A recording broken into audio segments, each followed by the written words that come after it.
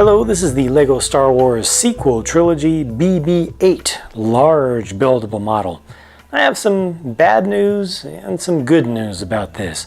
The bad news is that it's not exactly huge. Relative to the size of a minifigure, okay, yeah, I mean, it's a lot bigger, but relative to the size of an adult hand, it's definitely much smaller than I personally expected it to be. The build was pretty good though. It was enjoyable going through the body especially. And that's where the good news is. Inside the body. Because this thing is built up much more interestingly than I thought. Let me demonstrate by taking it off the stand. And already you can start to see one of the cool things about this. It has kind of a floating head. Now it is attached underneath there. It is solidly attached. There's no magic going on. There are no magnets causing it to float or anything, but it has a little rubber band in there that makes the head kind of move around just on its own. Also, you can turn this side over here to make the head turn from side to side.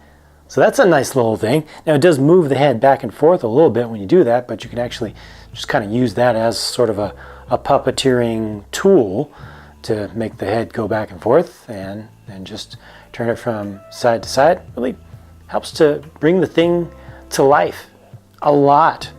It's so much better than I thought it could possibly be. It has so much more appearance of liveliness, and you can really just control it based on your own skills with just turning this one single mechanism over here on the left.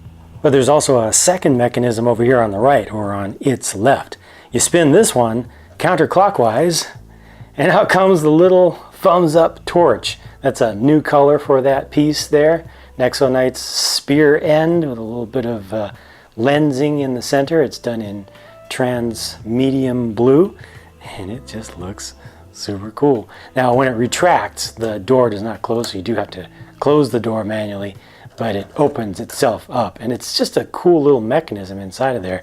The way that a whole bunch of different things work together, and the way the gear train inside of this is set up is really nice. You really build the sphere of the body just on the outside. Basically there's a cube inside.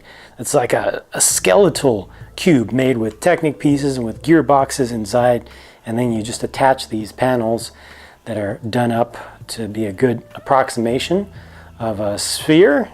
It even has some detailing on the underside. You are able to get this to just stand on any kind of surface. You don't need the stand because it is flat on the underside. Because it's flat, it's not going to roll, but of course it's not going to roll because it does have the attached head. But yeah, overall, just in terms of features and design, I am really happy with this thing. I just wish it was bigger, or maybe more accurately, I thought it was going to be bigger, so that just kind of set my own expectations, and they ended up being a bit unrealistic. There's nothing that opens up on the back. This is all just static here. This stand is one of the simpler ones that they've ever done for one of the larger models, but as usual, it does have the large sticker piece with a little bit of extra information about the in-universe thing, and the blue print behind there is a representation of the Lego model, not the real thing. This minifig scaled BB-8 and a little spot to hold it is also included, and that's just the same one we've gotten in previous sets. There's no exclusive print for this set, and there's no new print for the Last Jedi movie set series in general. But that's fine. This is still a good looking little thing with two pieces that were made just for it, that were molded just for it. Eventually got to be used for a dark version as well, an Empire or First Order droid, but we'll get to that in another set. I think this is a worthy large-scale representation of BB-8, and the price to part ratio is also very good. When you see this box in person though, just know that the actual size of the thing is a fair amount smaller than it appears in the picture on the box. So just don't expect it to be as large as it looks. It's a pretty big box for the size of the completed thing. And because of that small size, it feels maybe like it's not as good of a value as the part count would suggest. The design is very good though, and I really like the mechanisms, and especially the wobbly head. That's it for my look at this set. I have many more reviews on my channel and many more still to come, as well as a whole lot of custom work. So thank you for watching and stay tuned for more. Talk to you again soon.